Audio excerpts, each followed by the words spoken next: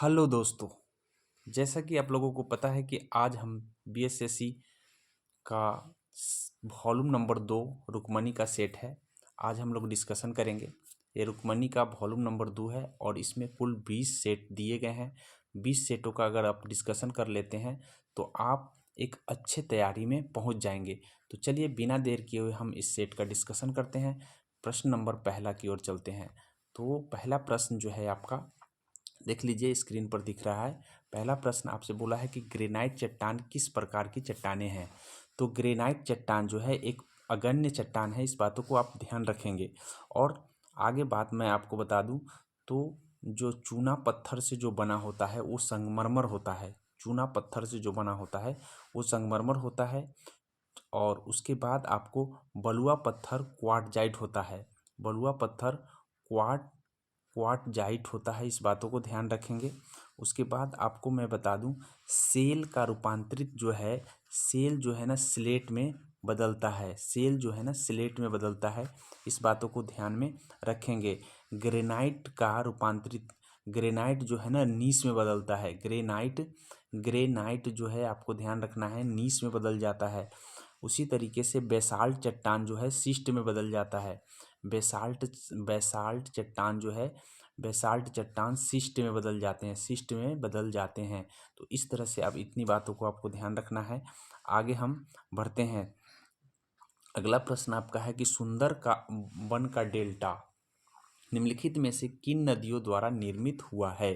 तो सुंदरबन डेल्टा जो है ना गंगा और ब्रह्मपुत्र नदी के द्वारा निर्मित हुआ है। इस बातों को आप ध्यान रखेंगे। साथ में आपको याद रखना है चापाकार डेल्टा के विषय में। चापाकार डेल्टा। उसके बाद आपको ध्यान रखना है पंजाकार डेल्टा। उसके बाद आपको ध्यान रखना है कि एक है आपका द्रोमाकृतिक, जिसको हम वृक्षाकार डेल्टा कहते हैं। वृक्षाकार डेल्टा। इन चीज़ों को आप याद रखेंगे। चापाकार जो डेल्टा है वो नील नदी एवं गंगा ब्रह्मपुत्र का डेल्टा को हम चापाकार डेल्टा कहते हैं। पंजाकार डेल्टा की बात करें तो मिसिसिपी और मिसौरी नदी के डेल्टा को हम पंजाकार डेल्टा कहते हैं। वही अगर हम बात करें वृक्षाकार डेल्टा की, तो यह डेल्टा जो है ना एवरी डेल्टा के नाम से जाना जाता है। तो चलिए बिना देर किए हुए हम अगली प्रश्न की ओर बढ़ते हैं। अगला प्रश्न आपसे पूछा है कि भारतीय संविधान का कौन अनुच्छेद नागरिक के किसी भी रेस्तरां, सड़क और सार्वजनिक स्थान का उपयोग का अधिकार देता है। तो ये अनुच्छेद नंबर है 15। मैं आपको बता दूं अनुच्छेद नंबर 14।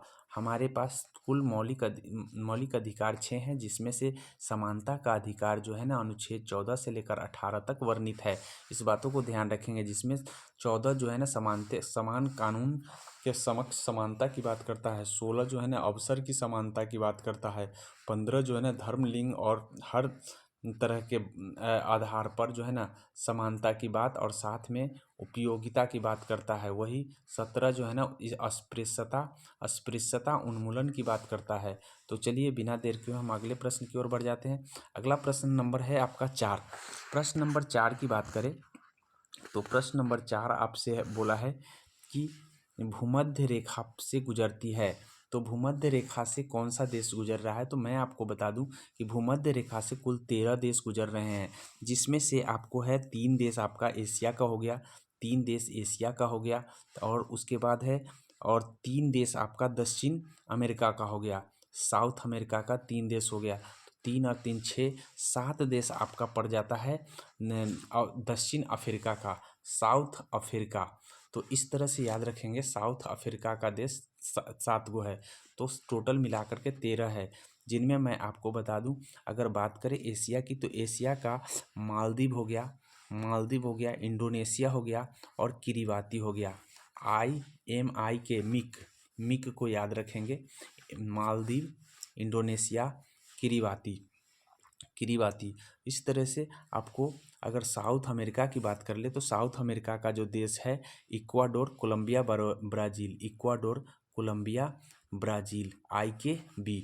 उसके बाद जितने भी सारे देश हैं सब साउथ अफ्रीका का है। तो साउथ अफ्रीका के देश कौन कौन आते हैं? युगांडा, केन्या, सोमालिया, गैबोन, लोकतांत्रिक गणराज्य, कांगो गणराज्य, साओ टोम और प्रिंसेप। तो इतनी देश को आपका नाम याद रखना है। आगे बढ़ जाते हैं। अगला प्रश्न है, आपसे बोला है कि आसियान के सदस्य नहीं है। आसियान जो है ना एक संगठन है, south east Asian nation association of south east Asian nation है यह। और इसमें कुल आसियान देशों की संख्या जो है अभी वर्तमान में 10 है, लेकिन एक को शामिल करने की स्वीकृति मिल चुकी है। टोटल 11 है। 11वां जो आसियान देश है बनने वाला है वो है तिमोर लिस्ते। और तिमोर लिस्ते की राजधानी दिल्ली है। इस बातों को ध्यान रखेंगे। तो टोटल देशों की संख्या आपको है 11 होने वाला है। इस बातों को ध्यान रखेंगे। अगली प्रश्न की ओर बढ़ जा रहे हैं। अगला प्रश्न नंबर आपका है 6 नंबर प्रश्न है। आपसे बोला है कि मैकमोहन रेखा भारत तथा किस देश के सीमा बनाती है? तो मैकमोहन भारत और चीन की सीमा बनाती है। इस बातों को ध्यान रखेंगे। बात करें रेड क्लिफ की, तो रेड क्लिफ जो है भारत और पाकिस्तान बनाता है। बात करें 24वीं समांतर रेखा की, तो 24वीं समांतर रेखा भारत पाकिस्तान के बीच बनता है। बात करें डूरंड की, तो भारत और पाकिस्तान और अफगानिस्तान बनता है, पाकिस्तान और अफगानिस्तान। बात करें मेनर हिम की, तो मेनर हिम रेखा जो है रूस और फिनलैंड बनाता है। बात करें हिंडनबर्ग की, तो हिंडनबर्ग जो है आपको याद रखना है जापान और पोलैंड बनाता है। और 49वीं समांतर रेखा यूएसए और कनाडा 49वीं समांतर रेखा यूएसए कनाडा। मैगीनॉट रेखा जर्मन और फ्रांस है। मैगीनॉट रेखा जर्मन और फ्रांस है। तो इतनी बात आपको ध्यान रखना है। हम आगे बढ़ते हैं अगले प्रश्न की ओर। अगला प्रश्न आपसे बोला है कि आंग सान सू की जो एक NLD की नेत्री है, मतलब नेता है, तो यह जो है किस देश से संबंध रखता है? तो यह म्यांमार से संबंध रखता है। आपको ध्यान रखना है कि इन्हें जो है नोबल पुरस्कार 1991 में मिला था, याद रखेंगे। यहाँ सैन्य सरकार ने उन्हें सरकार से हटा दिया है। इस बातों को ध्यान रखना है। और आंग सान सू को नज़रबंद अर्थात जेल में बंद कर दिया गया है। इस बात को ध्यान रखेंगे। वह हमारा एक पड़ोसी देश है। इसका पुराना नाम बर्मा था। इस बातों को ध्यान में रखिएगा। 1935 के अधिनियम के तहत जो है इसे अलग किया गया था। आगे बढ़ जाते हैं। एडमिरल कप का संबंध किससे है? याद रखेंगे कि एडमिरल कप का जो संबंध है नौका दौड़ से है। इस बातों को ध्यान रखिएगा। और इटली ने भारतीय नौसेना अकादमी में आयोजित एडमिरल का जो कप हुआ है उसको जीता है इटली। इस बातों को भी ध्यान रखेंगे। बात करें हम राइडर कप की, तो राइडर गोल्फ से संबंधित है। गोल्फ का संबंध राइडर कप से है। और टेनिस का जो संबंध है, टेनिस का संबंध लावेर कप से है। लावेर कप टेनिस का संबंध है। वही बात करें क्रिकेट का, तो ईरानी है। बहुत सारे क्रिकेट कप है जो आपको पता होना चाहिए। ईरानी है, रणजी है, इस तरह के कप हैं। आगे हम बढ़ते हैं अगले प्रश्न की ओर। अगला प्रश्न नंबर आपका 9 है। प्रश्न नंबर 9 में बोला है कि 2023 के दौरान यूनिसेफ के सद्भावना राजदूत के लिए भारत की यात्रा पर आए इंग्लैंड के पूर्व कप्तान डेविड बेकहम ये क्या खेलते थे? तो इनका खेल का संबंध जो है ना फुटबॉल है। इस बातों को ध्यान रखेंगे। अगले प्रश्न की ओर बढ़ जा रहे हैं। अगला प्रश्न आपसे बोला है कि संघाई संगठन के एक सदस्य देश कौन है? तो संघाई संगठन के जो है ना एक सदस्य देश है वो है आपका ईरान। ईरान जो है ना 9वां सदस्य के रूप में शामिल हुआ है। इस बातों को ध्यान रखेंगे। ईरान जो है ना 9वें सदस्य के रूप में शामिल हुआ है। और बात करें हम अन्य देशों की, तो अन्य देश जो है इसमें याद रखेंगे भारत है, चीन है, रूस है, कजाकिस्तान है, किर्गिस्तान है, पाकिस्तान है, तजाकिस्तान है, उज्बेकिस्तान है और ईरान है। याद करने का तरीका मैं आपको बता दूं कि एक तुर्कमेनिस्तान और एक अफ़गानिस्तान, तान वाला दो देश छोड़ करके अफ़गान को और तुर्कमेनिस्तान को छोड़कर सभी तान वाले देश आते हैं। इस बातों को ध्यान रखेंगे। और साथ में भारत, रूस और चीन है। तो इतना बात अगर आप ध्यान रखते हैं, और एक ईरान नया सदस्य बन गया है, तो इस तरह से ध्यान रखेंगे कि टोटल 9 सदस्य हैं। चलिए आगे बढ़ते हैं। बोला है why I am a Hindu. तो why I am a Hindu के जो राइटर हैं वो हैं, आपको याद रखना है, शशि थरूर। याद रखेंगे। इसको याद रखने का तरीका ये है कि आई एम हिंदू जरूर, आई एम हिंदू जरूर ऐसे करके याद रखेंगे तो थरूर का याद आपको रहेगा। बात कर लेते हैं थोड़ा कुछ अन्य बुक्स की। तो अन्य बुक्स में आपको ध्यान रखना है 10 द्वार से सोपान तक मधुशाला। मधुशाला को याद रखिएगा। मधुशाला, मधुशाला जो है, मधुशाला का जो रचयिता है वो हरिवंश नारायण बच्चन है। वही आपको याद रखना है। Somnath the many voice of history. Somnath the many voice of history. तो इस मेनी वॉइस को याद रखेंगे। मेनी वॉइस से रोमिला थापर है, रोमिला थापर याद रखेंगे। ज़्यादा बोलेंगे तो थापर लग जाएगा, इस तरह से याद रखेंगे रोमिला थापर को। तो चलिए हम आगे बढ़ जाते हैं अगले प्रश्न की ओर। बोला है पेरू की राजधानी कहाँ है। तो पेरू की राजधानी है, आपको याद रखना है, लीमा। पेरू की राजधानी पड़ता है लीमा। क्यूटो याद रखेंगे, क्यूटो इक्वाडोर की राजधानी है। क्यूटो इक्वाडोर की राजधानी है, इस बातों को ध्यान रखेंगे। ला पाज जो है बोलिविया की राजधानी है। और बोगाटा जो है, आपको ध्यान रखना है, कोलंबिया की राजधानी है। कोलंबिया की राजधानी बोगोटा, पेरू की राजधानी लीमा, क्यूटो है, क्यूटो हो गया आपको इक्वाडोर की राजधानी, और ला पाज जो हो गया बोलिविया की राजधानी। तो इस तरह से सभी देशों का नाम धीरे धीरे आपको याद हो जाएंगे। इजराइल देश का मुद्रा का नाम पूछा है। तो इजराइल जो देश की मुद्रा का नाम है न्यू शेकेल है, इस बातों को ध्यान रखेंगे। बात करें हम अन्य देशों की मुद्रा के, तो याद रखेंगे मोरक्को की जो मुद्रा का नाम है दिरहम है। संयुक्त अरब अमीरात की मुद्रा का नाम भी दिरहम है। ग्रीनलैंड के मुद्रा का नाम कोरोना है, याद रखेंगे, ग्रीनलैंड की मुद्रा का नाम कोरोना है। वही यूरोपियन संघ के जो मुद्रा का नाम है वो यूरो है। और पेरू के मुद्रा का नाम न्यू सॉल है। पेरू के मुद्रा का नाम न्यू सॉल है। और युआन जो है ना चीन के मुद्रा का नाम है। एन जो है ना जापान के मुद्रा का नाम है एन। तो इस तरह से आपको मुद्रा का नाम भी याद रखना है। अगले प्रश्न की ओर बढ़ जा रहे हैं। अगला प्रश्न नंबर आपका है 14 में बोला है कि किस खिलाड़ी को प्रथम राजीव गांधी खेल रत्न पुरस्कार दिया गया है। तो राजीव गांधी खेल रत्न पुरस्कार याद रखिएगा, यह पुरस्कार जो है ना 1991-92 से दिया जा रहा है। और यह खेल के उत्कृष्टता के लिए दिया जा रहा है। यह प्रथम पुरस्कार विश्वनाथ आनंद को मिला था। तो ऑप्शन नंबर हो जाएगा डी। वर्तमान में इसका नाम बदल करके मेजर ध्यानचंद खेल रत्न पुरस्कार कर दिया गया है, इस बातों को भी ध्यान रखेंगे। और जो अभी जो वर्तमान में 2022 के लिए जो खेल रत्न पुरस्कार दिए गए हैं वो शरत कमल अचंता को मिला है, इस बातों को ध्यान रखिएगा। इसमें अब टोटल 25 लाख रुपए की राशि दी जाती है, तो इस बातों को ध्यान रखेंगे। शरत कमल अचंता का संबंध किस खेल से है, तो ये खेल है आपका टेबल टेनिस। तो इतनी बात आपको ध्यान रखना है। अगले प्रश्न की ओर बढ़ जा रहे हैं। अगला प्रश्न आपसे बोला है कि भूमि के ऊपरी भाग में गहराई बढ़ने के साथ तापमान में क्रमिक वृद्धि के दर लगभग डैश प्रति किलोमीटर है। मतलब 1 किलोमीटर अंदर आप अगर भूमि के अंदर जाएंगे तो कितना डिग्री सेल्सियस जो है तापमान बढ़ जाएगा। तो यह जो वृद्धि होगी यह 35 डिग्री सेल्सियस होगा, इस बातों को ध्यान रखेंगे। लेकिन अगर हम भूमि के ऊपर जाते हैं तो 1 किलोमीटर में 65 जो है 6.5 डिग्री सेल्सियस जो है ना घट जाता है ऊपर जाने से, इस बातों को भी आपको ध्यान रखना है। आगे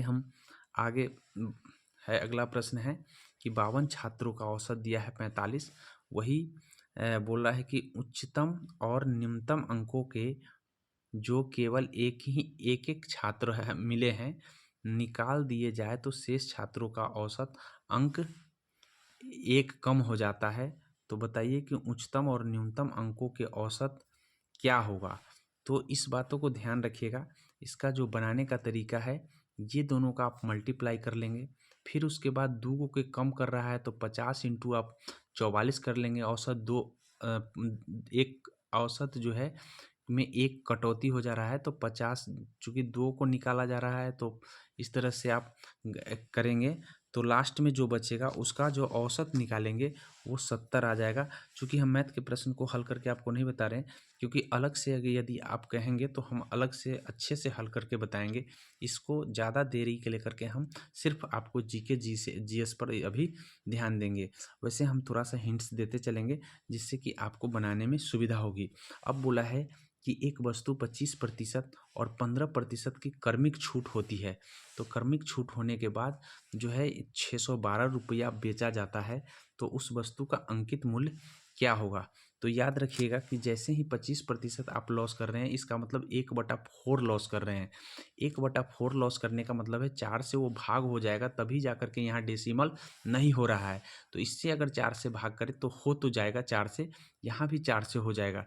लेकिन जब दोबारा निकालेंगे, अर्थात कहने का मतलब है 25% अगर 1000, अगर हम ये किसी का भी इसका अगर सपोज मान लीजिए कि अगर 25% निकाल देते हैं तो ये बच जाता है आपका 750। और 750 में फिर आप 15% निकालेंगे तो ये डेसिमल में आ जाएगा। इस तरह से इसका भी डेसिमल में आ जाएगा, इसका भी डेसिमल में आ जाएगा। तो बी आंसर इसका सही हो जाएगा। आप निकाल के देख लेंगे। आगे हम अगला प्रश्न बोल रहे हैं। अगला प्रश्न जो है आपका, इसका आंसर जो है बस हल करना है। जब इसको हल कीजिएगा तो हल करने के बाद फिर लास्ट में इन दोनों को हल कर दीजिएगा, फिर उसके बाद इसको हल कर दीजिएगा। ऐसा हल करने के बाद जो है आपको आंसर जो मिल जाएगा वो आपको सी मिल जाएगा। इस तरह से ध्यान रखेंगे।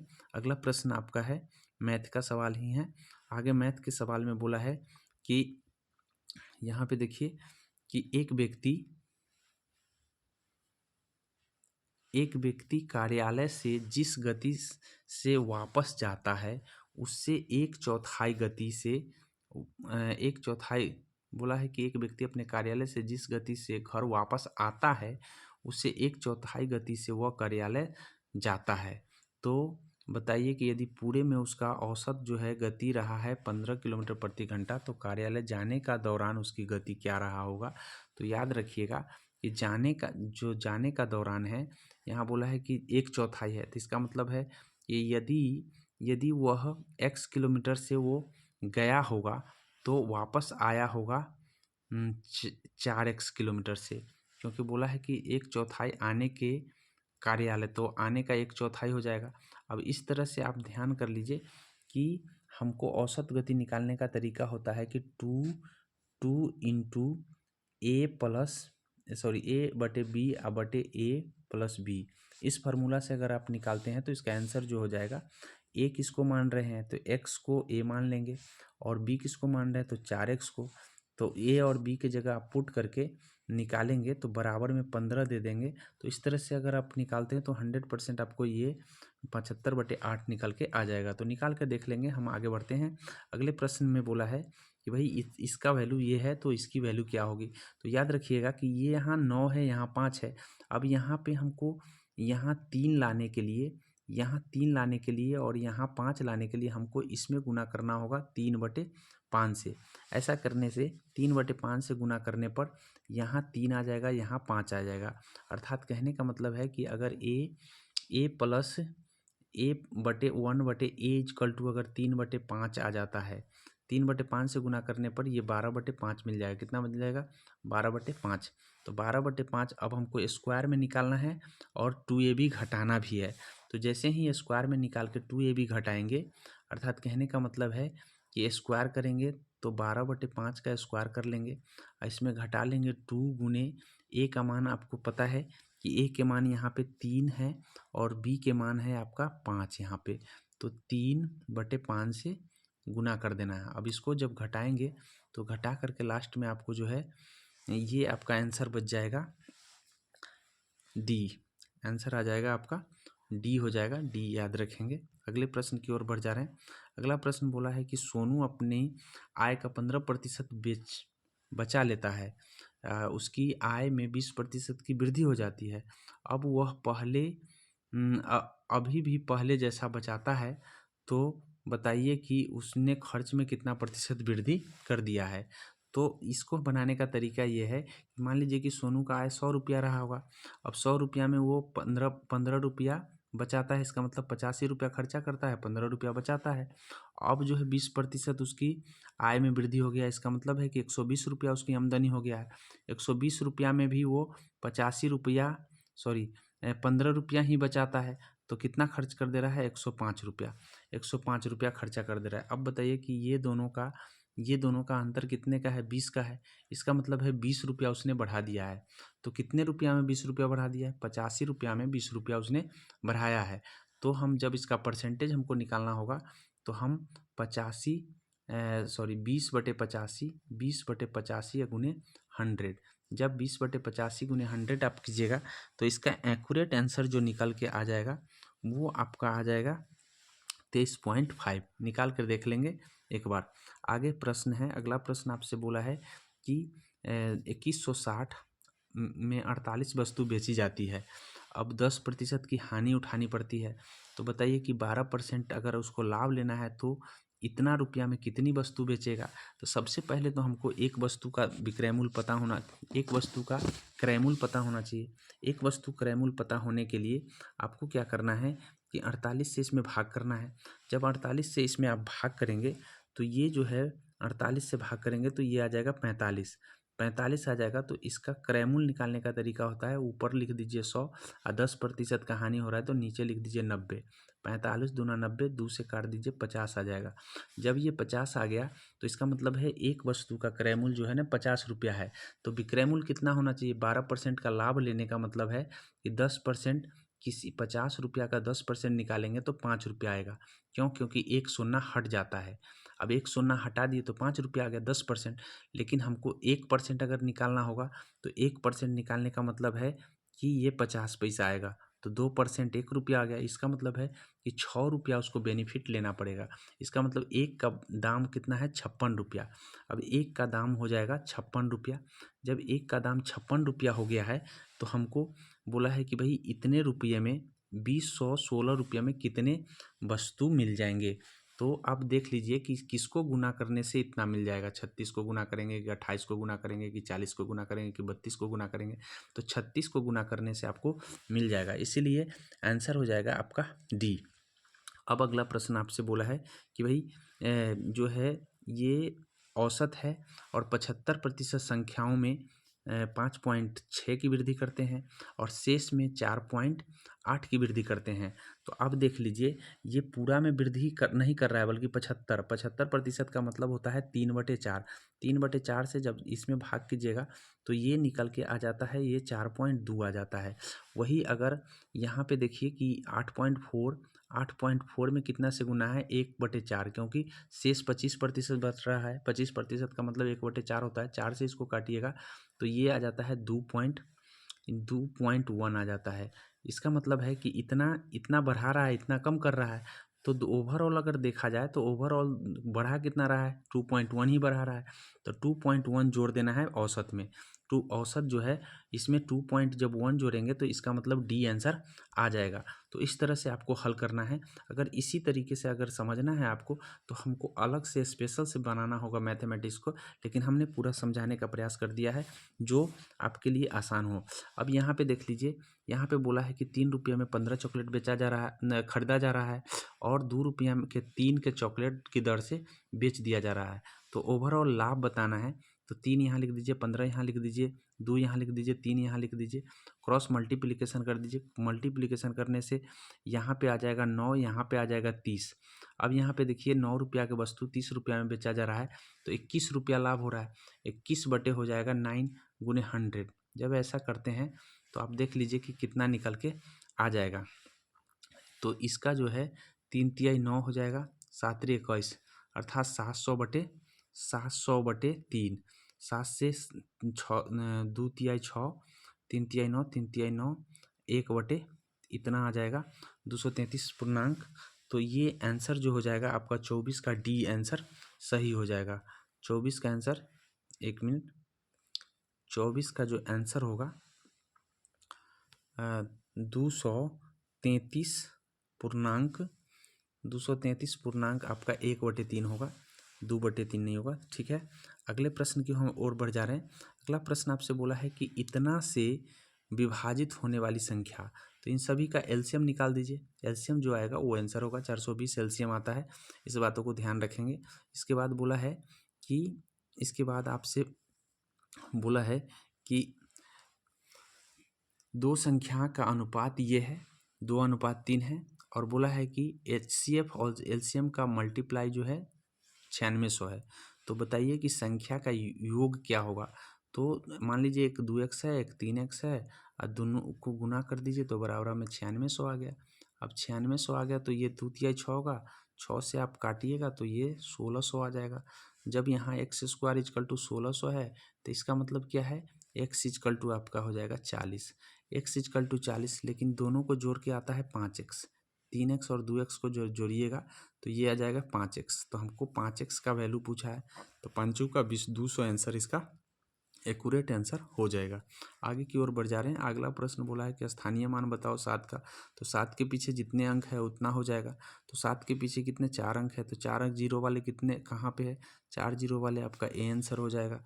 अगला बोला है कि भाई सुमित एक वस्तु को निश्चित मूल्य पर बेच देता है और उसे उस विक्रय मूल्य का जो है ना 4/5 भाग पर बेचता है, तो 10% की हानि होती है। ठीक है, तो इस तरह से बोला है कि वास्तविक विक्रय मूल्य हानि होती है यदि वह उसके वास्तविक विक्रय मूल्य के 95% मूल्य पर बेचता तो उसका लाभ प्रतिशत क्या होगा।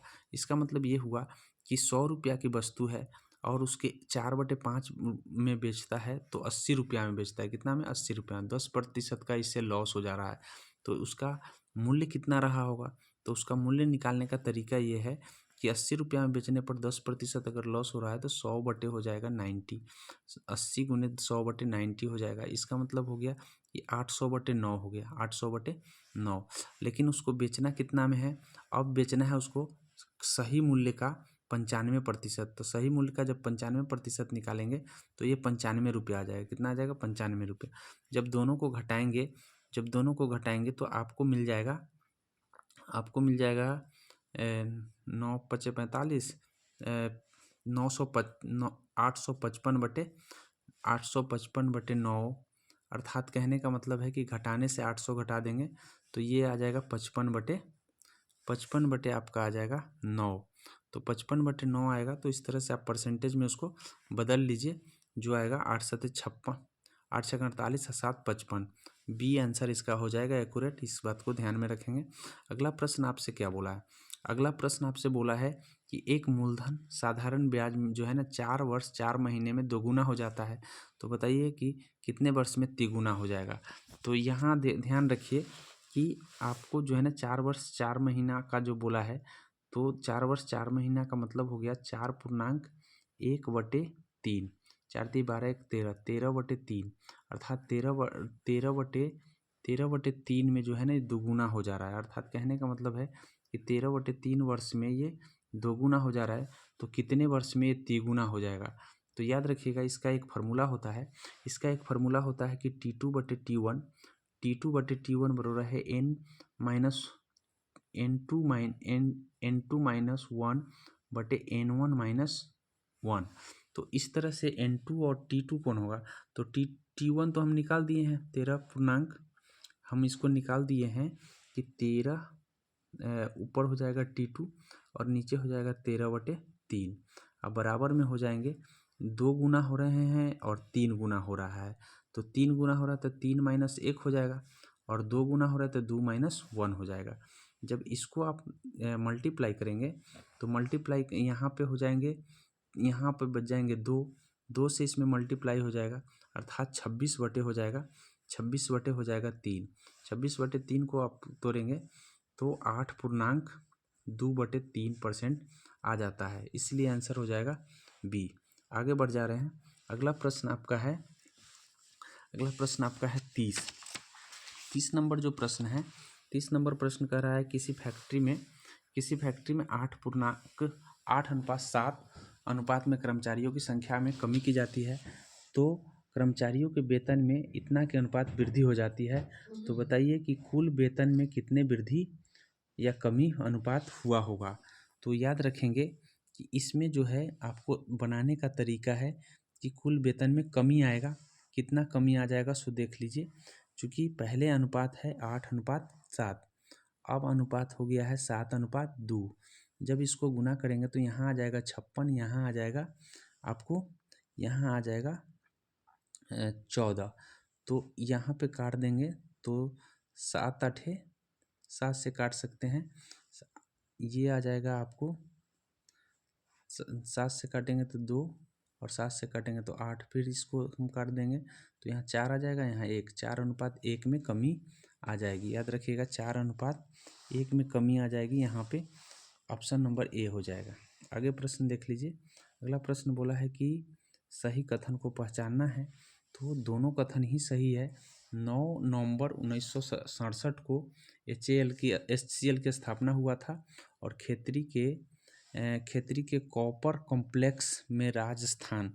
यहाँ पे ध्यान रखेंगे केवल 1 और 2 ही सही है, तीसरा गलत है, इस बातों को ध्यान रखेंगे। तीसरा बोला है मिनरल एक्सप्लोरेंट कंसल्टेंसी लिमिटेड का मुख्यालय जयपुर नहीं, ये गुजरात में है, इस बातों को ध्यान रखेंगे। अगला प्रश्न आपका है कि भारत में राष्ट्रीय निवेश कोष के संबंध में निम्नलिखित में से कौन सा कथन सत्य है। तो निवेश कोष की बात करें तो यहाँ पे पहला जो है आपको ध्यान रखना है कि पहला बोला है कि इसके 2005 में बनाया गया, तो भारतीय निवेश कोष हाँ 2005 में ही बनाया गया था, ये सही है। उसके बाद बोला है कि इसकी वार्षिक आय 75% का उपयोग स्वास्थ्य और शिक्षा रोजगार को प्रोत्साहित करने के लिए किया जाता है, तो हाँ ये भी सही है, इस बातों को ध्यान रखेंगे। अच्छा, उसके बाद है ऑप्शन में क्या दिया है, ऑप्शन देख लेते हैं। ऑप्शन जो है आपका बोला है कि 1 और 2, तो 1 और 2 ही सही है, याद रखेंगे, यहाँ 1 और 2 सही होगा। अगले प्रश्न की ओर बढ़ जा रहे हैं। अगला प्रश्न आपसे बोला है कि स्वतंत्र भारत के पहले गवर्नर, तो स्वतंत्र भारत के पहले गवर्नर जनरल अगर पूछे तो लॉर्ड माउंटबेटन है, इस बातों को ध्यान में रखेंगे। लेकिन भारतीय पूछता तो राजगोपालचारी हो जाता। सिख धर्म के पहले गुरु, तो याद रखेंगे कि सिख धर्म के जो पहले गुरु थे वो गुरु नानक थे, गुरु नानक, और सिख धर्म के संस्थापक भी गुरु नानक है, इस बातों को ध्यान में रखेंगे। कुछ सिख गुरु का नाम आपको ध्यान रखना है कि किन सिख गुरुओं ने क्या क्या किया है। तो मैं सबसे पहले आपको बता दूं कि गुरु नानक जो है ना, सिख बादशाह बाबर एवं हुमायूं के समकालीन थे। याद रखेंगे बाबर हुमायूं के समकालीन अगर कोई पूछेगा तो गुरु नानक जी हो जाएंगे। उसके बाद है लंगर व्यवस्था पूछेगा तो गुरु नानक जी हो जाएंगे, लंगर व्यवस्था इन्होंने स्टार्ट किया था।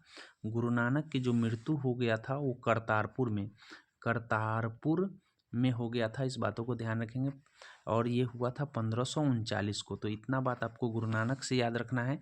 बात करें गुरु रामदास, तो गुरु रामदास के बारे में याद रखिएगा कि यह अकबर के समकालीन थे और अकबर ने इन्हें जो जगह दान दिया था वहीं पे अमृतसर नगर बनाया था, अमृतसर नगर। तो अमृतसर नगर बनाने वाले जो है ना गुरु रामदास है, इस बातों को ध्यान रखना है। और गुरु हरगोविंद को याद रखना है। हरगोविंद क्या किए थे, तो हरगोविंद ने अकाल तख्त की स्थापना, जो ईश्वर का सिंहासन था उसकी स्थापना किए थे। साथ में इन्होंने सैन्य संगठन बनाया था इस सिखों की रक्षा के लिए, तो आपको हरगोविंद को इसलिए याद रखना है। अगर बात करें हम गुरु गोविंद सिंह के, तो जफरनामा लिखे हैं गुरु गोविंद सिंह, और गुरु गोविंद सिंह पाहुल प्रणाली की शुरुआत किए हैं। तो आगे बढ़ जा रहे हैं। अगला बोला है कि पुरातात्विक स्थल सुरकोटदा किस राज्य में है, तो ये गुजरात राज्य में है सुरकोटदा, इस बातों को ध्यान रखेंगे कि सुरकोटदा गुजरात राज्यों में पड़ता है। सुरकोटदा जो है सिंधु सभ्यता का बंदरगाह था, इस बातों को ध्यान रखिएगा। यहाँ जो है जूते हुए सुरकोटदा जूते हुए खेत का प्रमाण अगर आपसे पूछेगा तो कालीबंगा राजस्थान से प्राप्त हुआ है। उचित प्रणाली के वाली सभ्यता थी यह, और यहाँ पे मिट्टी के हल बनवाली से ही मिले हैं। इस बातों को ध्यान रखेंगे।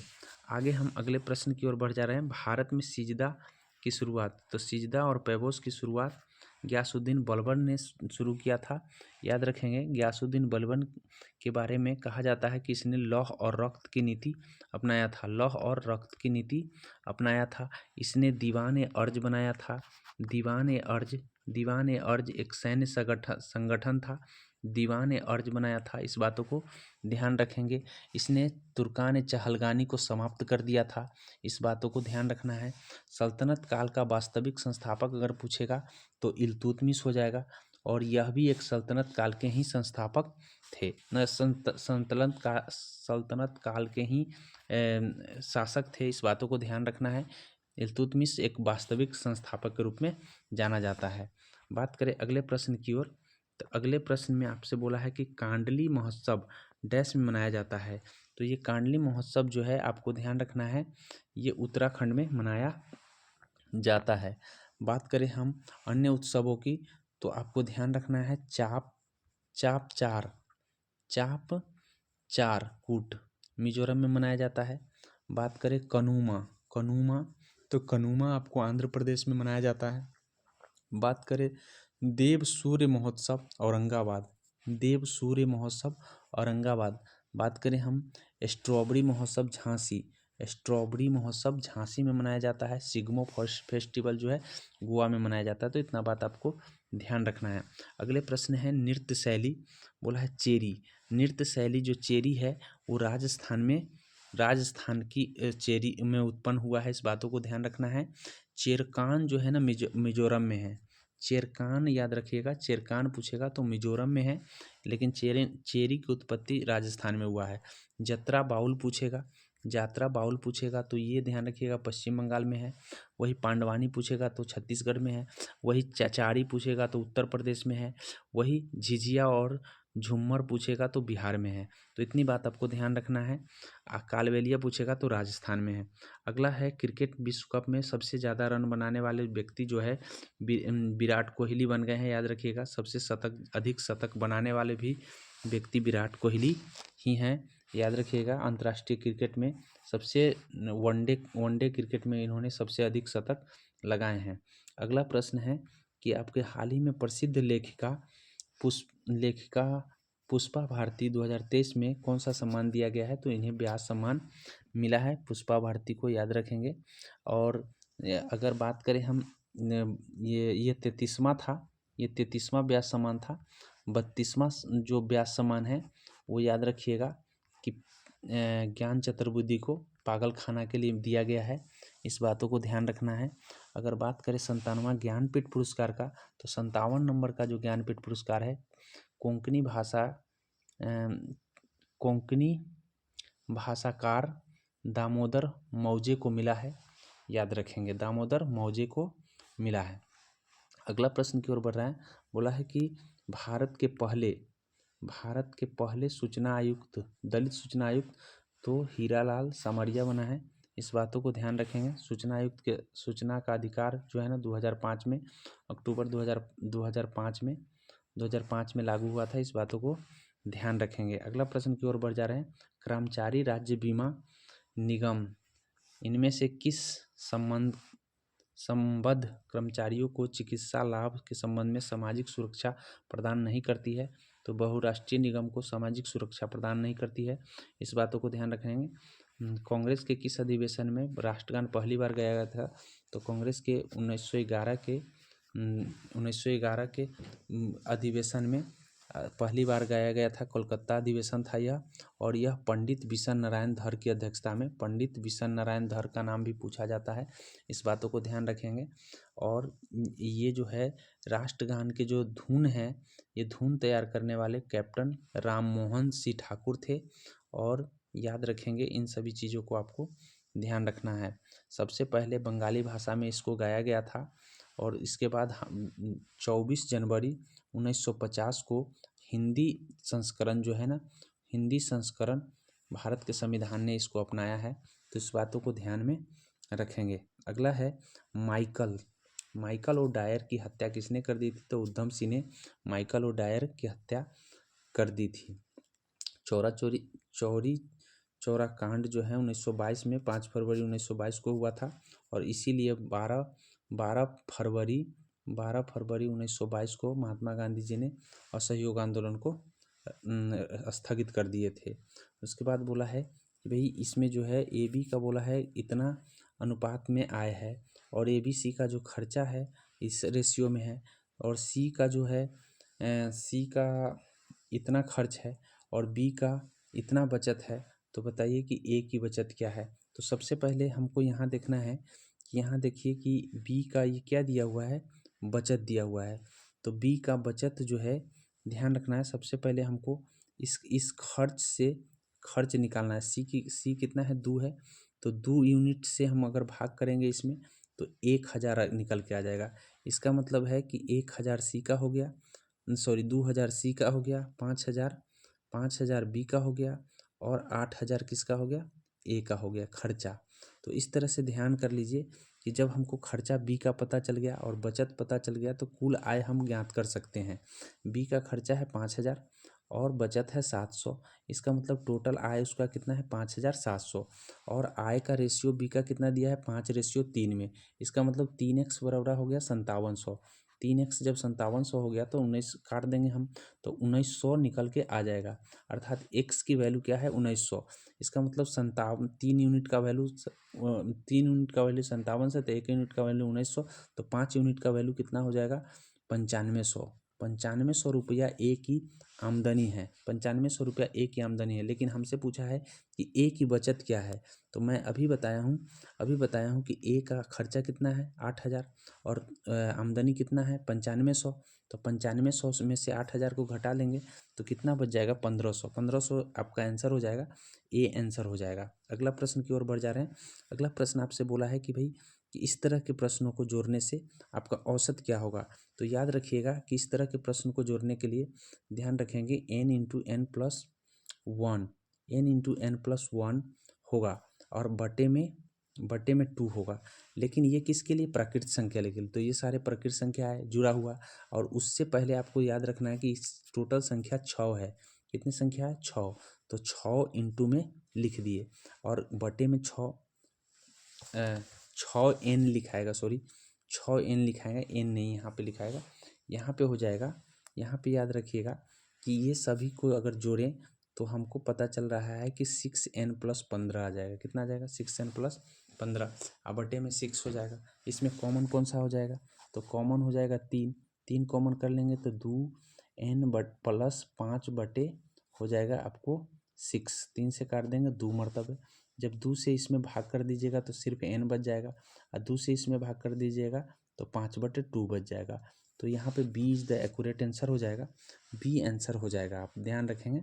इसका बोला है कि भाई किस तरह से आएगा, तो याद रखिएगा ABC का पूछा है, तो जब हम इसको तोड़ेंगे तो हम क्या लिख सकते हैं 1/23/16 लिखा जाएगा। याद रखिएगा कि इसको जब तोड़िएगा आपको तोड़ने के बाद जो है कितना आ जाएगा, तोड़ने के बाद आपको मिल जाएगा। सबसे पहले आप तोड़ने का तरीका समझ लीजिए कि किस तरह से हम इसको तोड़ते हैं। तो 1/23/16 के रूप में आ गया। फिर जब हम इसको आगे बढ़ाएंगे तो हम इसको लिख देंगे 1/7/16, 1+7/16। तो इस तरह से तोड़िएगा तो A बराबर 1 आएगा, B बराबर 2 आएगा, और C बराबर 3 आएगा। तो इन सभी को जोड़ने से 6 आ रहा है। 6 इज द एक्यूरेट आंसर हो जाएगा। देख लीजिए ऑप्शन B में जो है ना 6 है, B आंसर सही हो जाएगा। इस तरह से आप इसको जब जोड़ेंगे, बोला है जोड़ना है, तो जब इसको जोड़ेंगे तो ये 36/99 आ जाएगा। 3 में से 2 घटा लीजिए 1 आ जाएगा, और 1 जोड़ दीजिए तो 2, तो 2 तो इधर बचा है, इसका आ जाएगा 36/99, इसका आ जाएगा 5/99, और इसका आ जाएगा आपको 33/99।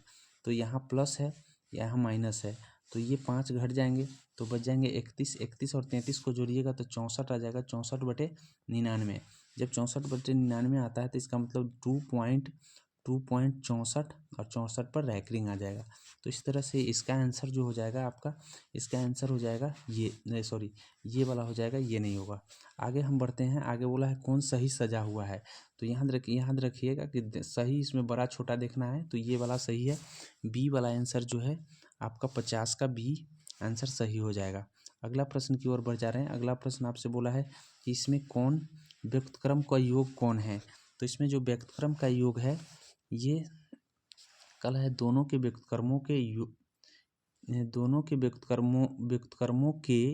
योग का व्यक्तक्रम। मतलब पहले तो उल्टा करना है 9/2 और उसके बाद है 10/9 जोड़ देना है और जोड़ने के बाद फिर उलट देना है। तो जोड़ने से हमको मिल जाएगा इतना, लेकिन हमको बोला है उसका उल्टा कितना आंसर होगा, तो ए आंसर हो जाएगा।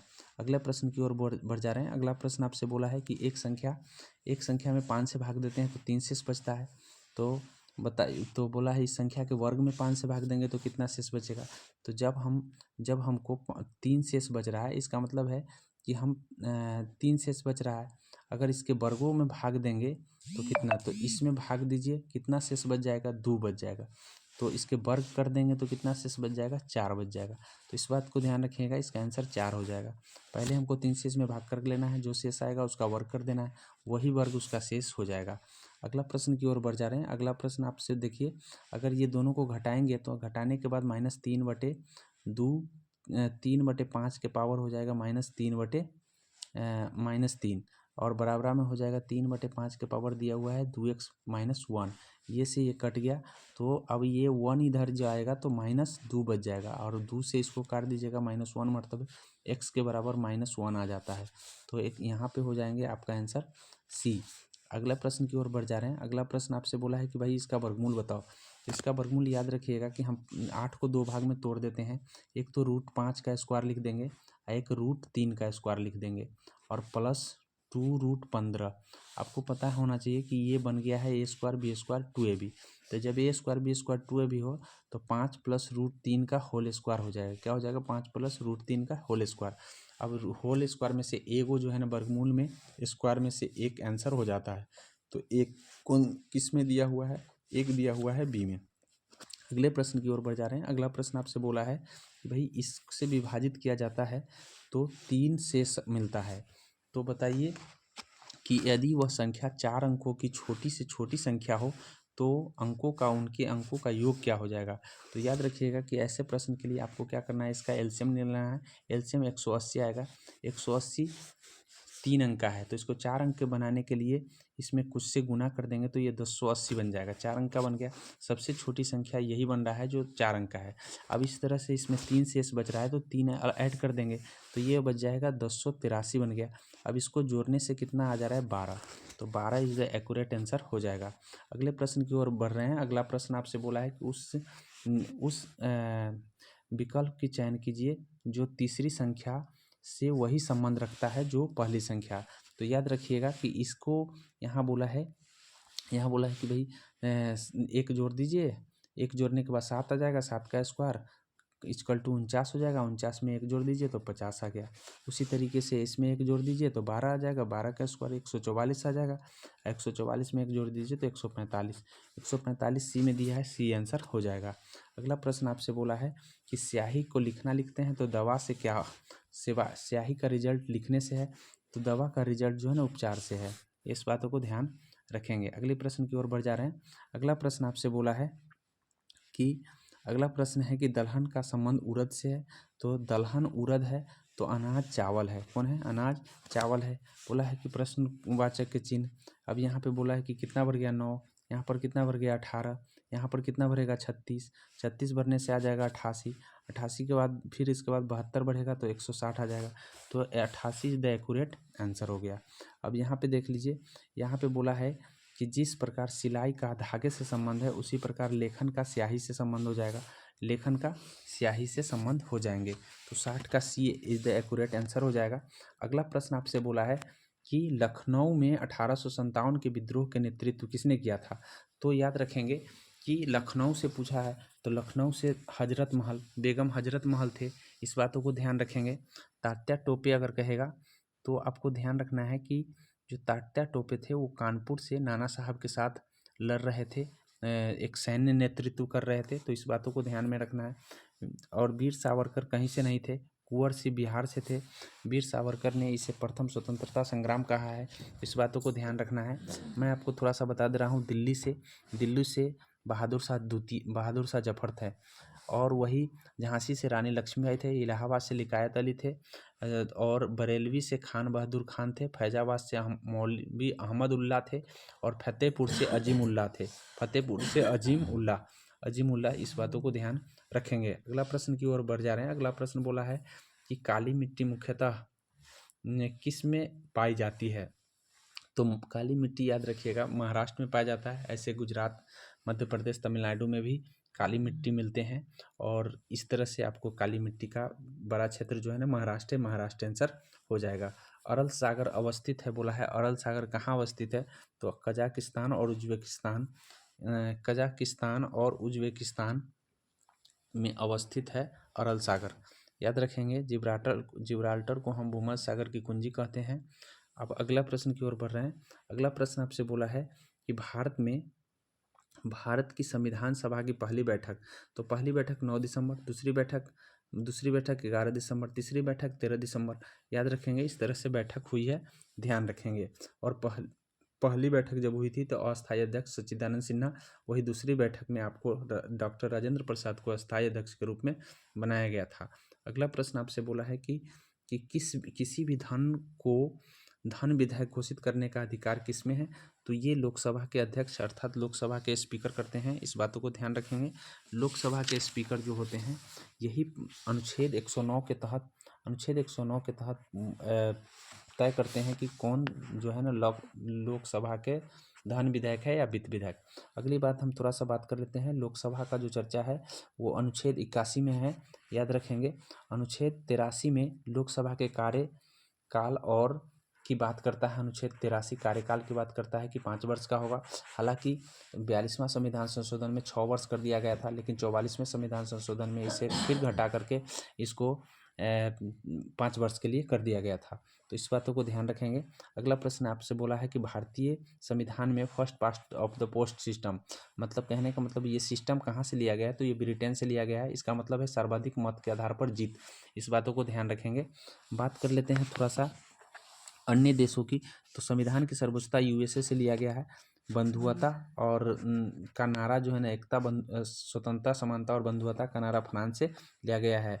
आयरलैंड के संविधान से हम नीति निर्देशक तत्वों को सीखे हैं, तो इस बातों को ध्यान रखेंगे। और मनोनयन जो राज्यसभा सीट में है, मनोनयन का जो है यहीं से लिया गया है, तो इस तरह से ध्यान रखेंगे।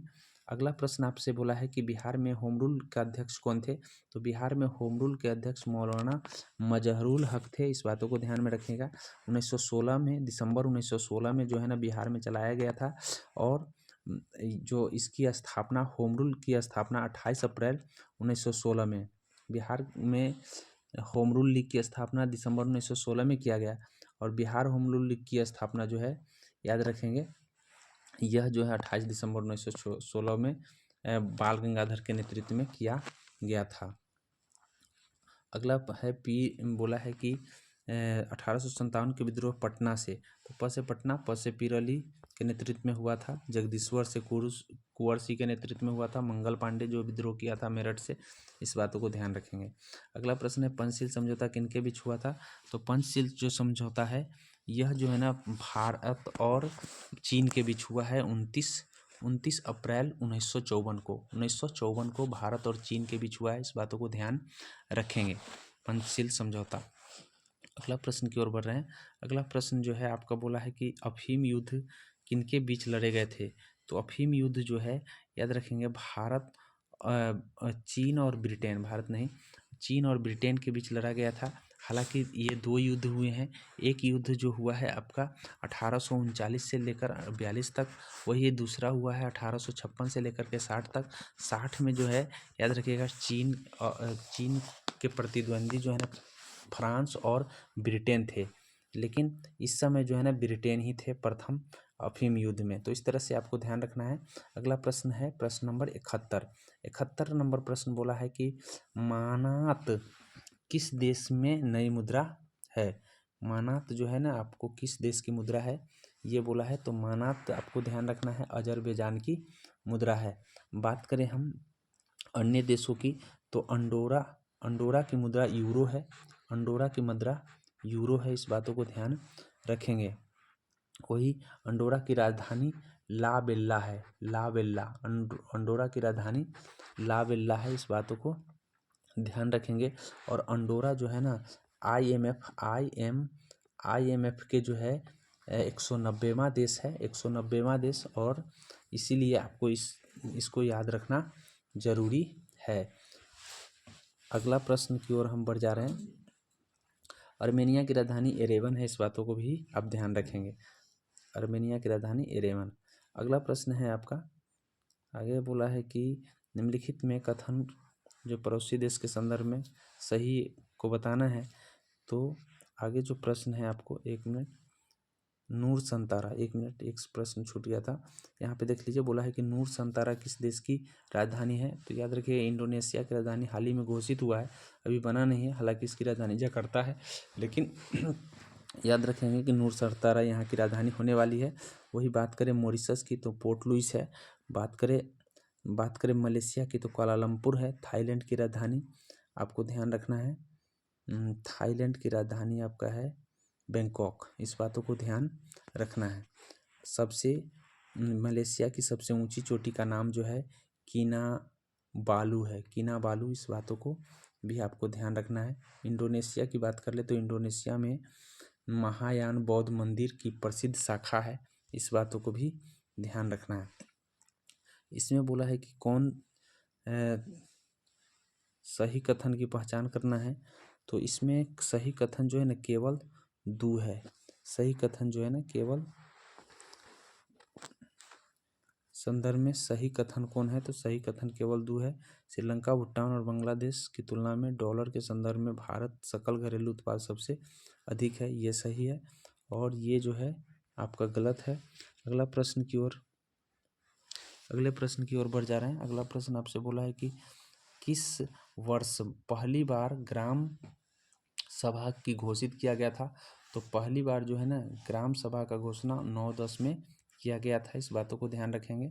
अगला प्रश्न आपसे बोला है कि संविधान के निम्नलिखित संशोधन में से किसके अंतर्गत भारत में महिलाओं को ग्राम पंचायत में 1/3 सीट आरक्षित किया गया है। तो ये ध्यान रखेंगे 73वां संविधान संशोधन के जरिए। हालांकि बिहार में 50% सीट जो है ना आरक्षित है।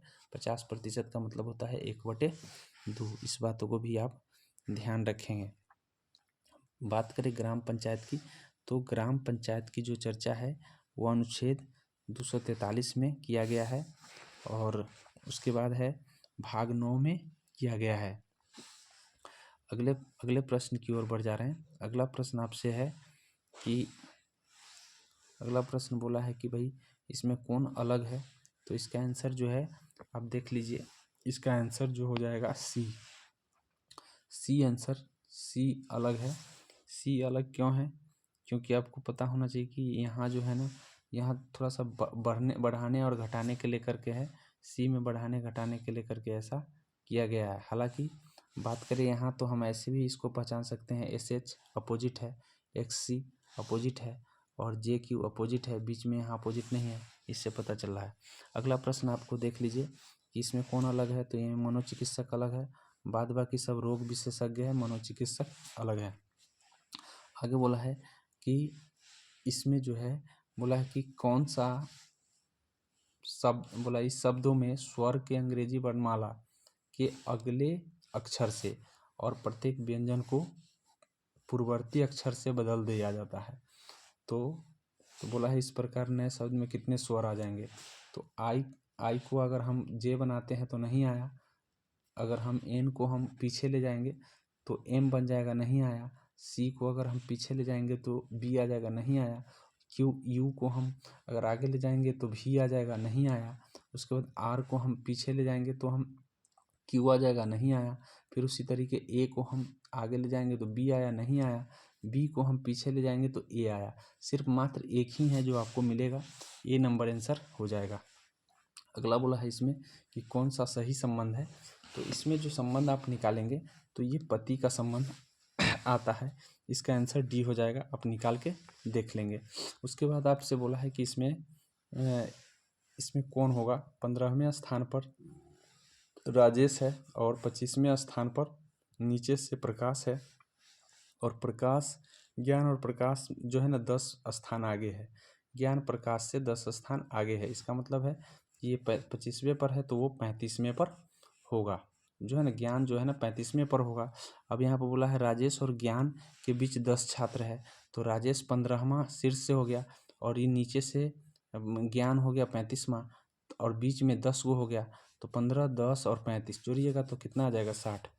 60 आंसर हो जाएगा, इसका आंसर हो जाएगा आपको 60। आगे आगे देख लीजिए। आगे में बोला है कि 17 जनवरी 2004 को शनिवार था, तो 10 अप्रैल 2013 को, तो याद रखिए कि पहले साल में देख लीजिए 9 वर्ष का अंतर है तो 9 दिन ही हो गया, बीच में 3 वो आपको एक आ जाएगा 4 में, एक आ जाएगा 8 में, एक आ जाएगा 12 में, लीप ईयर, तो 3 और बढ़ गया तो 3 दिन ये हो गया।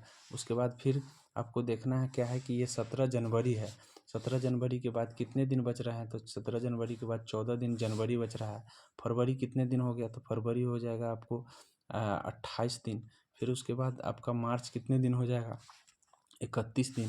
फिर अप्रैल कितने हो जाएगा 10 दिन। तो सबको जब जोड़िएगा तो 4 दिन शेष बच जाएगा। 4 दिन शेष बचने का मतलब है कि शनिवार प्लस 4 दिन, शनिवार के बाद 4 दिन प्लस कीजिएगा, शनिवार के प्लस 4 दिन कीजिएगा तो शनि के बाद आपका बुधवार आंसर आ जाता है, तो इसका आंसर जो हो जाएगा बुधवार हो जाएगा। इस तरह से हम लोग काउंट कर लेते हैं। आगे हम अगले प्रश्न की ओर बढ़ जा रहे हैं। अगला प्रश्न आपसे बोला है कि देखिए, ये बोला है कि भाई इसका जो है 60 है, इसका 60 है, 1 मिनट, 82 नंबर प्रश्न है।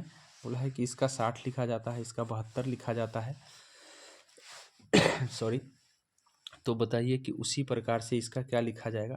तो इसका जो लिखा जाएगा आपको 63 लिखा जाएगा। इस बातों को ध्यान कर लीजिए कैसे हुआ है।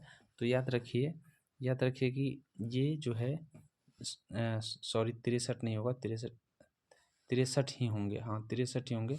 याद रखिए कैसे 63 आया है, तो जिस प्रकार यहाँ पे जे का 10, ओ का 15, एच का 8, इसका 14, तो सबको अगर आप जोड़िएगा तो जोड़ने के बाद जो है आपको ध्यान रखना है कि जोड़ने से 60 नहीं पूरेगा, बल्कि एक सबके अंकों को आप जोड़िए और तब उसके 3 से गुना कर दीजिए।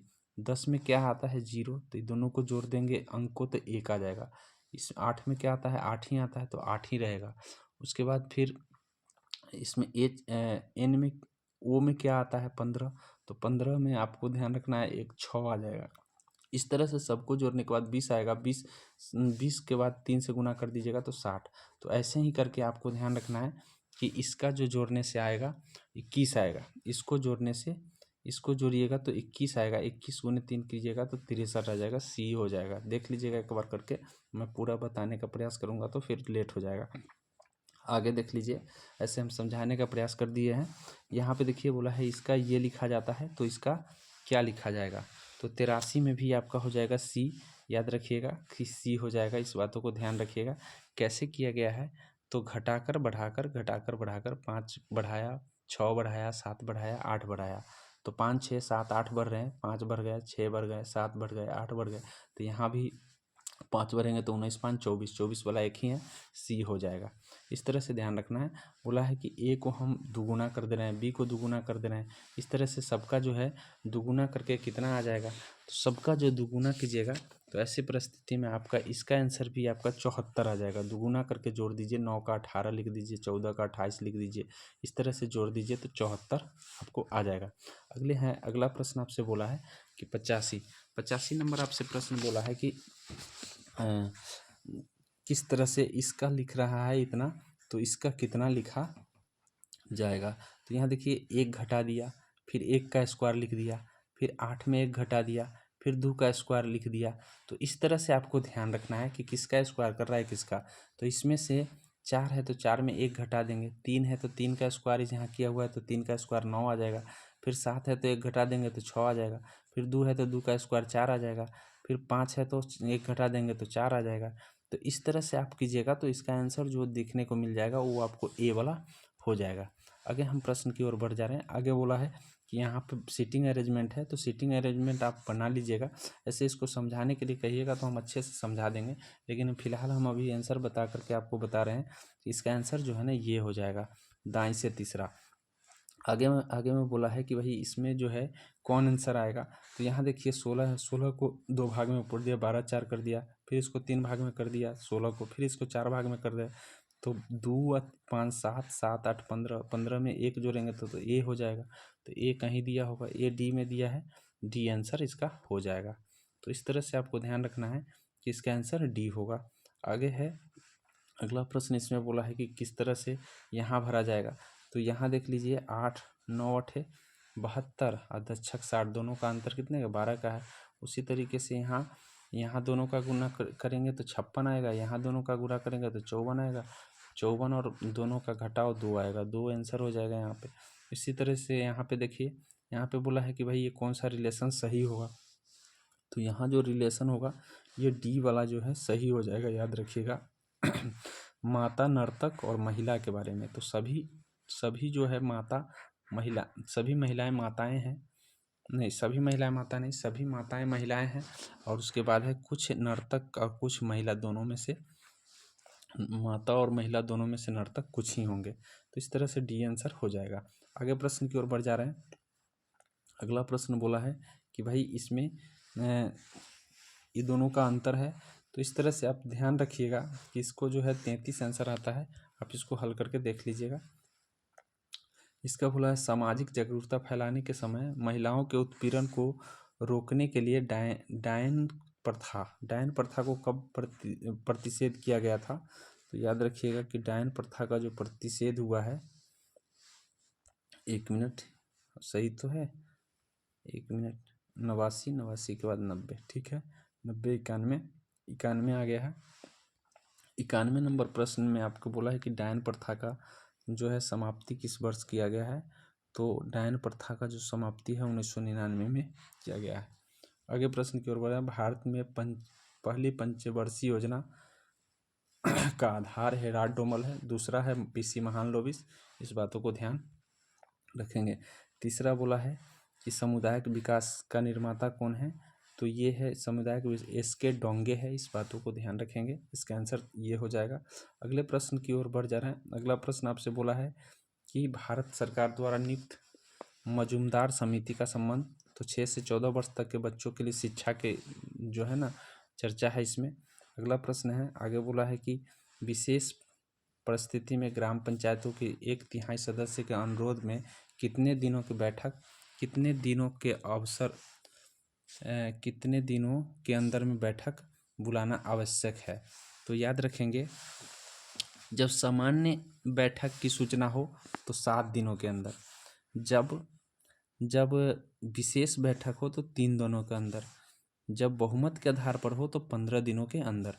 तो यहाँ 15 दिनों के अंदर हो जाएगा। अगला है 96 नंबर है। 96 नंबर प्रश्न को देख लीजिए। 96 नंबर का क्या होगा। बोला है कि शिशु में जन्म के समय निम्नलिखित में से कौन सी हड्डी नहीं होती है। तो शिशु में जन्म के समय जानुका हड्डी, जिसको हम पटेला बोलते हैं, जानुका हड्डी नहीं होता है, बाद बाकी सभी हड्डी होते हैं। शिशु जिस समय जन्म लेता है उसमें हड्डियों की संख्या 300 होता है, जब बाद में ये जुट करके ये 206 बन जाता है। आगे है अगला प्रश्न, बोला है कि निम्नलिखित में कौन सा फूल का भाग है। तो फूल का भाग स्त्रीकेसर है, याद रखिए। जनन अंग जो भी होगा पुंकेसर स्त्रीकेसर इस फूल का भाग होता है। आगे बोला है कि नीचे वनीकरण के संबंध में कुछ कथन दिए गए हैं, बताना है। तो यहाँ पे देखिए जो कथन है 1 और 2 दोनों सही है। परितंत्र का संतुलन करता है और बाढ़ को नियंत्रण करता है। आगे बोला है कि सूर्य चंद्रमा के द्वारा गुरुत्वाकर्षण माध्यम से पृथ्वी को एक ही दिशा में खींचने से क्या होता है, ज्वार और भाटा। याद रखिएगा, ज्वार और भाटा जब पृथ्वी, चंद्रमा और सूर्य एक दिशा में आ जाता है तो ज्वार और भाटा उत्पन्न होते हैं। सबसे अधिक जो है ना अमावस्या और पूर्णिमा को ज्वार भाटा आते हैं। इस बातों को ध्यान रखना है। आवर्त सारणी के 1 में क्या है, तो याद रखेंगे कि आवर्त सारणी के प्रथम आवर्त में 1 में जो है याद रखेंगे कि धातुएं हैं, क्षार धातुएं हैं। इस बातों को ध्यान रखेंगे कि क्षार धातु है। अब बात कर लेते हैं आवर्त सारणी की। तो आवर्त सारणी टोटल आवर्तों की संख्या 7 है। 7 में प्रथम आवर्त में 2 है, उसके बाद 8 है, फिर 8 है, फिर 18 है, फिर 18 है और 7वां अधूरा है। इस बातों को भी ध्यान आप कर लीजिए।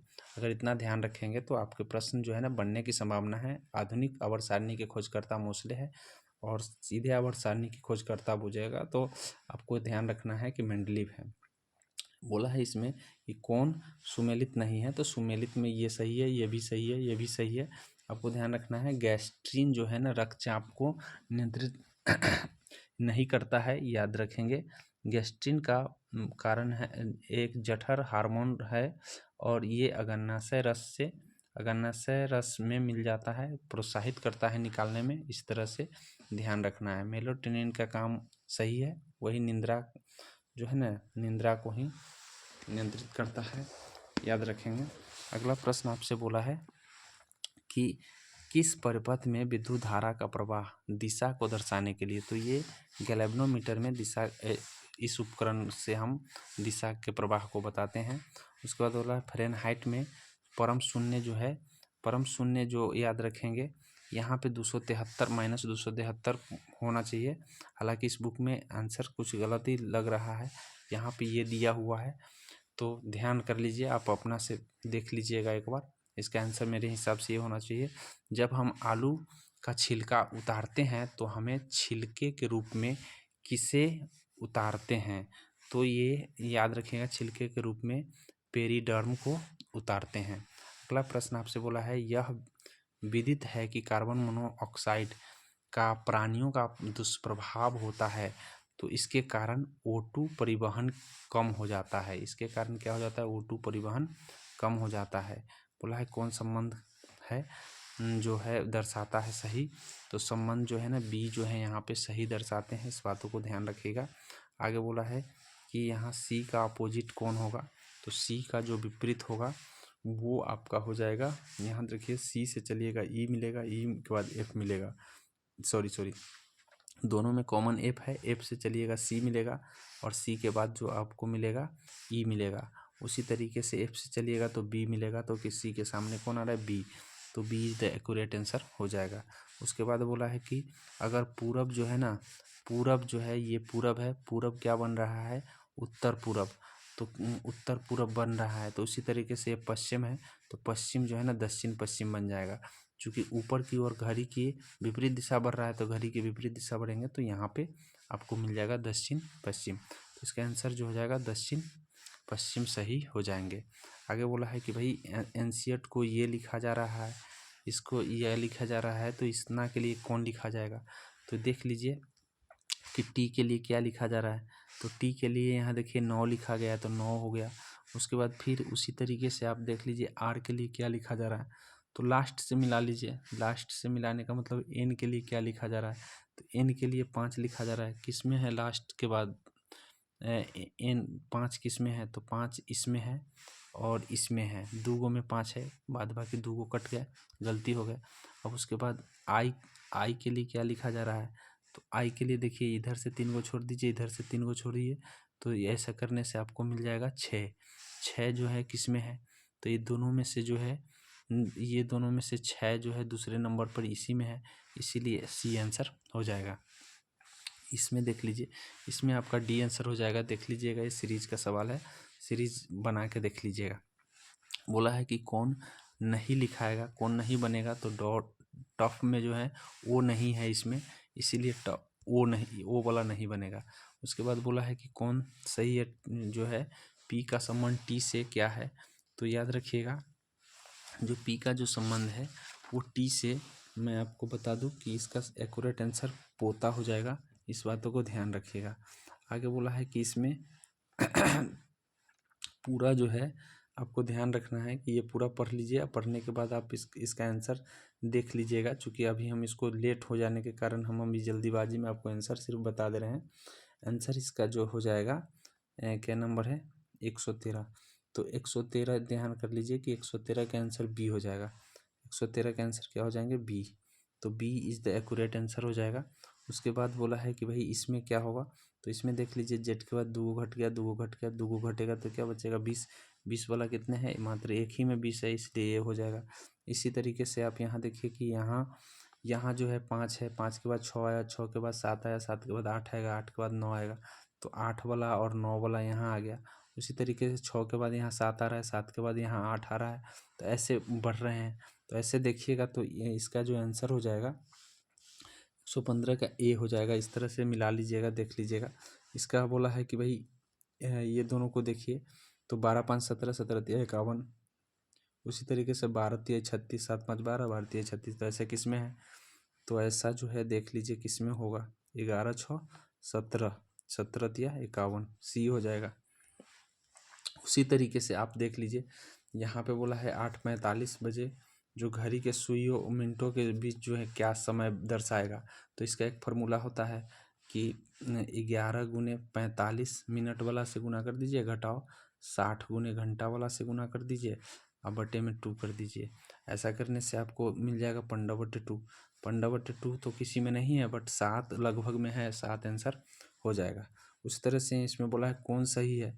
तो यहाँ देखिए कि के जो है ना ये एन से बड़ा कौन है, एन से जो है बड़ा एस है, एस से बड़ा डी है, डी से बड़ा के है।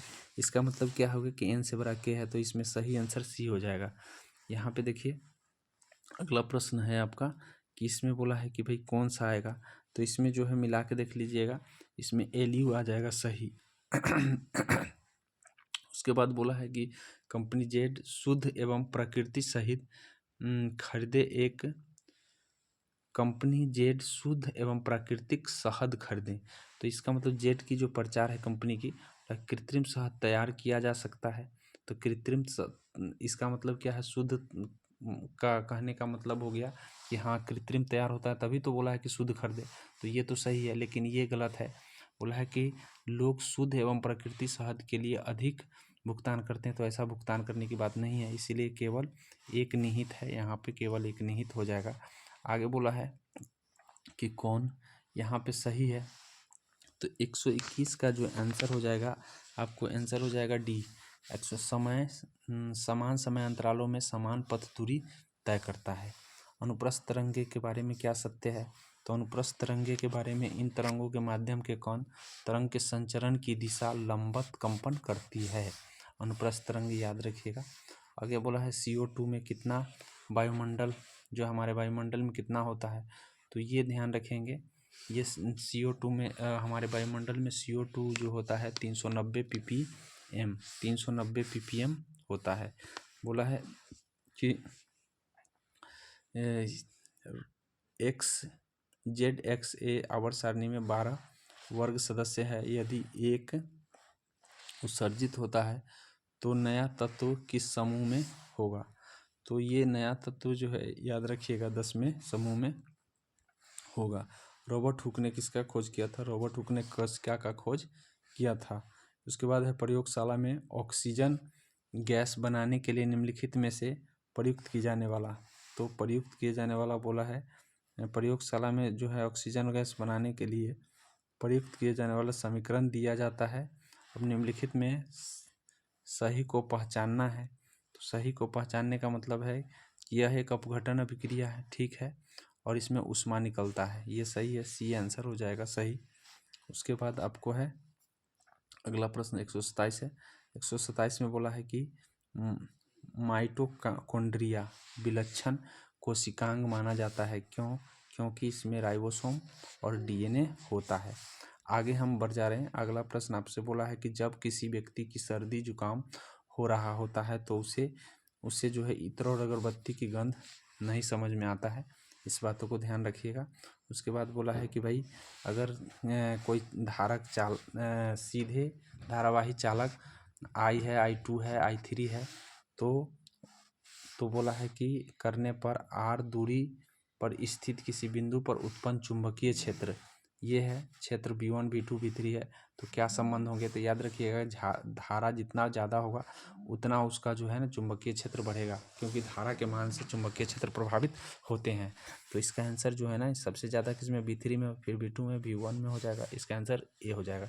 उसके बाद वो आगे बोला है कि मेसनर प्रभाव, मेसनर प्रभाव किससे संबंधित है, तो मेसनर जो प्रभाव है वो जो है याद रखिएगा, ध्यान रखेंगे कि मेसनर प्रभाव अतिचालकों से संबंधित है। अब अतिचालकों से संबंधित है, इसका मतलब आपको ध्यान ये रखना है कि जब कोई पदार्थ का जो अतिचालक अवस्था प्राप्त करता है तो उससे चुंबकीय क्षेत्र शून्य हो जाता है, और चुंबकीय क्षेत्र शून्य होना ये मेसनर प्रभाव कहलाता है। मेसनर प्रभाव यही कहलाता है। लिटमस का विलयन बोला है डैश से प्राप्त होता है, लाइकेन से प्राप्त होता है। आगे प्रश्न है, आगे बोला है कि वायरस एक सिस्टम मेमोरी एम्बेडेड होते हैं, इसीलिए यह एक मूल वायरस हटा दिया जाता है तो इसे फिर से सक्रिय किया जा सकता है। तो इसे फिर से सक्रिय करने के लिए आपको ध्यान रखना है रेसिडेंट से फिर से सक्रिय होगा। आगे बोला है कि विद्युत तारों पर विद्युत रोधी पदार्थ की एक परत होती है, समानतः उपयोग के लिए की जाने वाली। तो जो विद्युत रोधी पदार्थ उपयोग किया जाता है पीवीसी, याद रखेंगे पीवी पॉलीमर होता है, एक प्रकार का पॉलीमर होता है, इस बातों को ध्यान रखेंगे।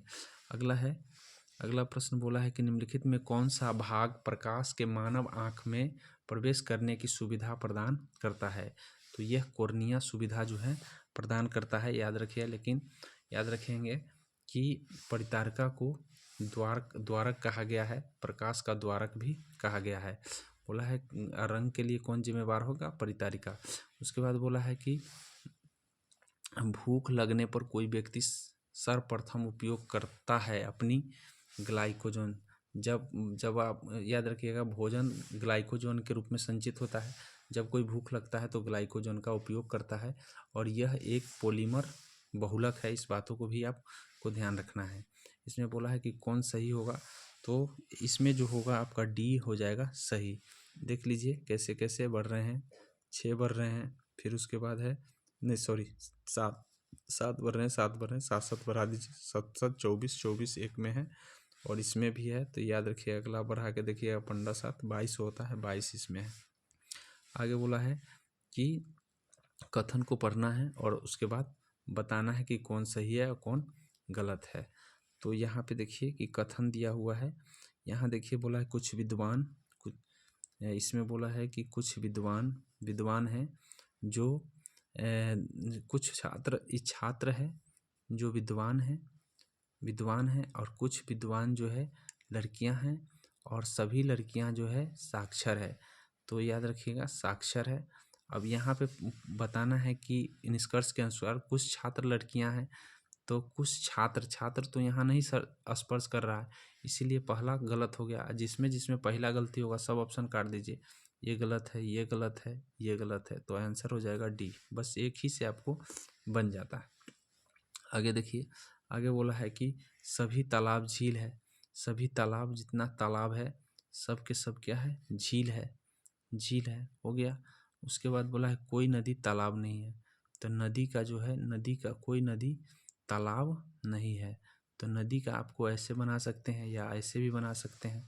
तो इस तरह से यहाँ बोला है सभी तालाब झील है। निष्कर्ष में देख लीजिए कुछ नदी झील है, तो कुछ नदी झील हो भी सकता है, नहीं भी हो सकता है।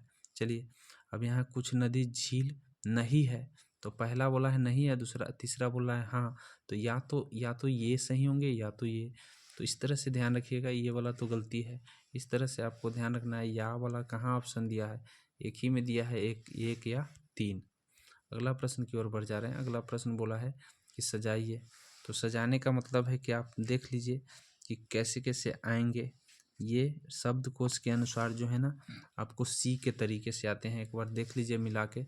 इसमें बोला है कि कौन सही है, तो यहाँ पे देखिए कि इसको अगर आप देखते हैं तो यहाँ दिखाई दे रहा है या तो यहाँ पे ये होगा या तो यहाँ ये होगा, क्योंकि यहाँ पे गैप छूटा हुआ है तो नीचे भी गैप रहेगा, तो गैप वाला यहाँ है और यहाँ है।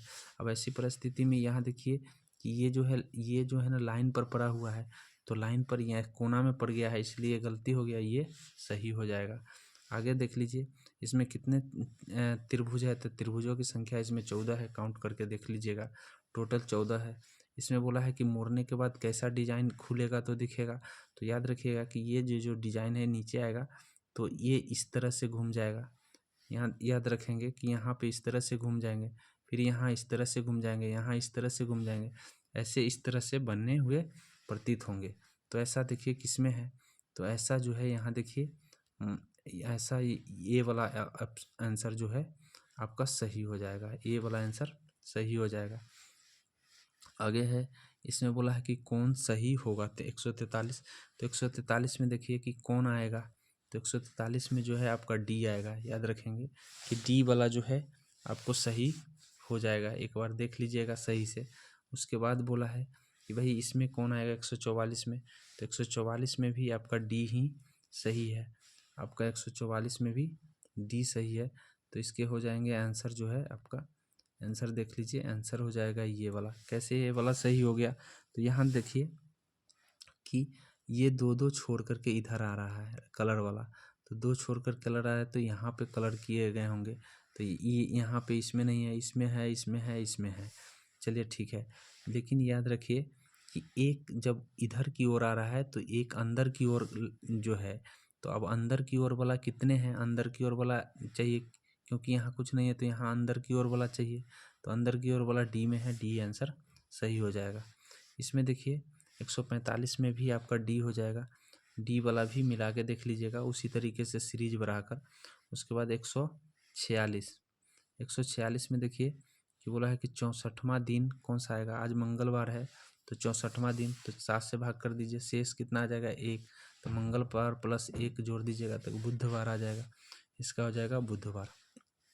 उसके बाद बोला है कि यहाँ देखिए कि इसको अपोजिट करके लिख दे रहे हैं यहाँ, तो इसका भी अपोजिट करेंगे, तो इसका अपोजिट करने से कौन आएगा, तो इसमें अपोजिट करने से आपको बी आ जाएगा, बी वाला आंसर सही है। अब यहाँ देखिए कि ये गलती क्यों है, तो ये गलती इसलिए है क्योंकि यहाँ पे दिया हुआ है ये वाला जो देखिएगा सही से, तो गलती दिया हुआ है, इस तरह से आपको ध्यान रखना है। आगे देखिए कि यहाँ पे बोला है कि भाई कौन सा सही हो जाएगा, तो इसको डालिएगा तो यहाँ पे सही हो जाएगा। उसके बाद अगला बोला है कि कौन यहाँ पे आकृति चयन करे, असंगत आकृति को चयन करना है, तो इसमें जो है असंगत आकृति आपको ध्यान रखना है, बी वाला असंगत आकृति है।